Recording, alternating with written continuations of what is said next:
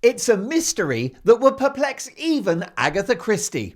Has Meghan Markle, the Duchess of Sussex, been dropped by her management? Well, let's have a look at some of the facts of the case, shall we?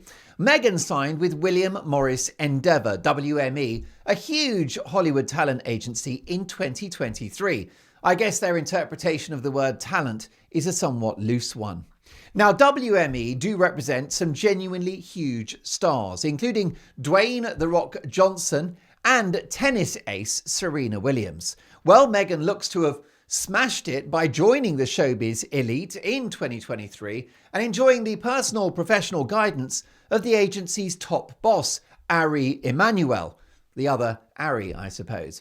However, Hollywood insiders have been telling the entertainment website Page Six that the relationship has soured in recent months and that Meghan had been quietly let go as she was, and I quote, too demanding and too difficult to work with. Surely not. Now, it's understood that Meghan has not met the agency boss, Emmanuel, for over a year. Apparently, she's only met some of the underlings at the company, who are doubtless scared to death of her. Who wouldn't be? She's got the bedside manner of a piranha.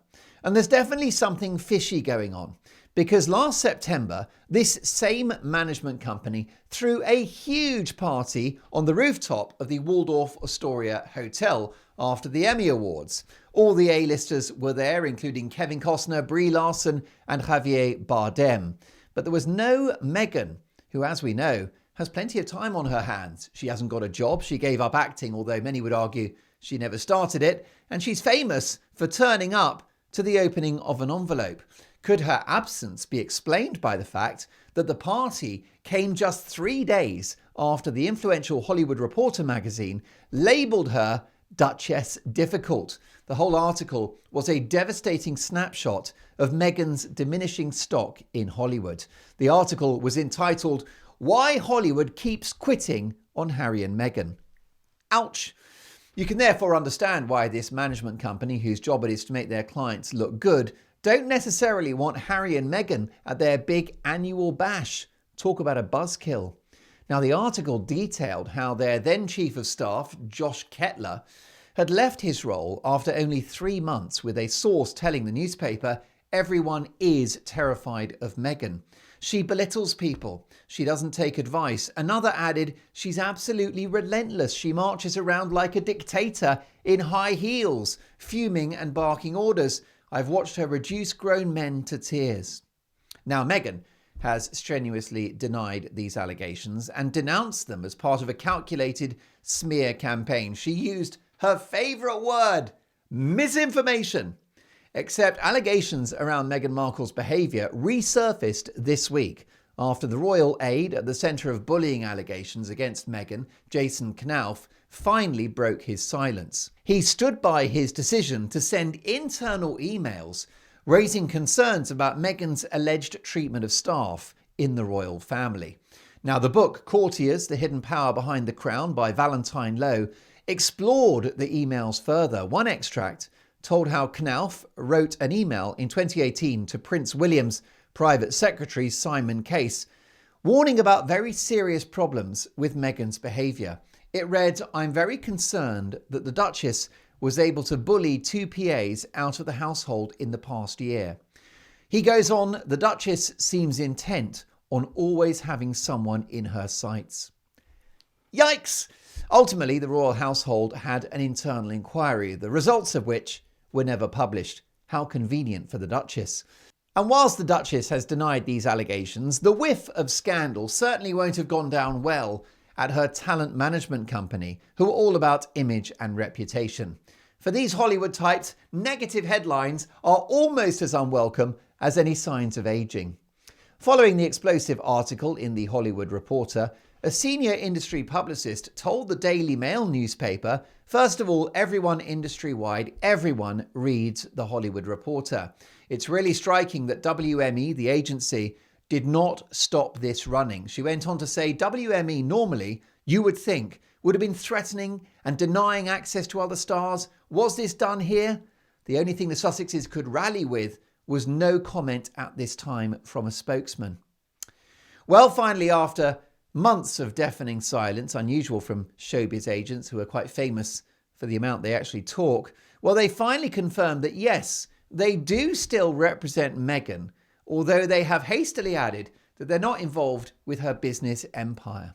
Who could blame them with the disastrous relaunch of her lifestyle brand As Ever, which unfortunately, because Meghan doesn't appear to have internet access, is the name of an existing successful fashion brand called As Ever NYC. A recent ruling has banned Meghan's new firm from selling clothes for that very reason. Now, this is a big setback for Markle. A clothing line could have been central to the business model. Now she's stuck with flogging scented candles, bath salts, and strawberry jam. And all of the negative publicity with a small independent fashion brand who feel very let down. None of this is doing her ill-fated brand any good whatsoever. Seriously, I understand the hesitation on the part of Meghan's talent agency. Who would want to represent this woman? Vladimir Putin would be an easier sell at this point. At least he doesn't do cheesy videos on Instagram. Speaking of which, the need for some positive headlines has clearly inspired Meghan to copy her late mother-in-law Princess Diana on social media. Sharing a series of sun-soaked clips to her Instagram, the Duchess wore a Northwestern University sweatshirt as she relaxed in her garden.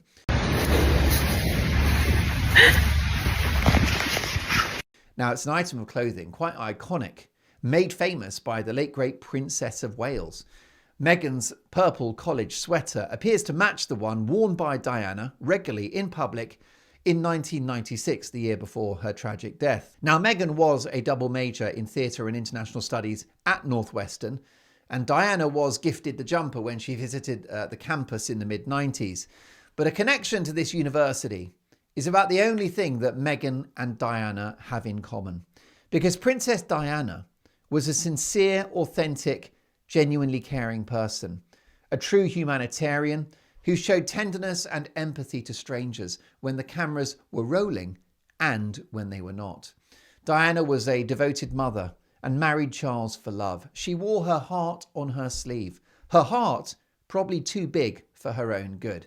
She was the polar opposite of Meghan, a shallow, self-serving social climber, a careerist who bagged herself a prince in a ruthless quest for global fame and fortune.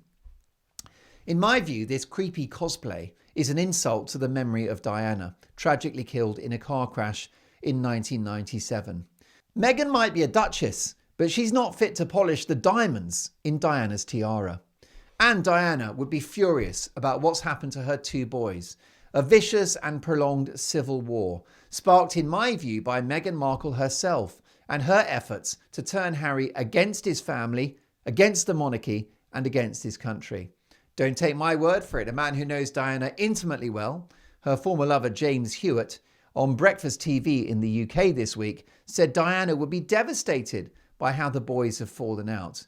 And I've got no doubt she would have harsh words for Meghan Markle. Or should I call her Woko Mono for her role in the breakup of the royal Beatles.